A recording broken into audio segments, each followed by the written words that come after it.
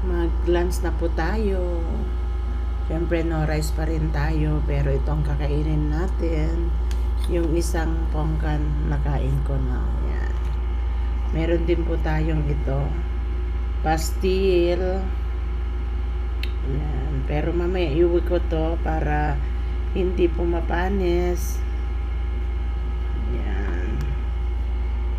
Hanggang ngayon, no rice pa rin tayo. Siyempre ito, meron din tayong yan, royal bibingka. Ang himagas later, tsaka ito natira. Yung isa binigay ko kanina kay Auntie Rhea. Yan, si Auntie Rhea ulit ang nagluto ng aking baon. Thank you sa kanya. Salamat din mga kabsat sa inyong suporta lagi. God bless us all. Bye!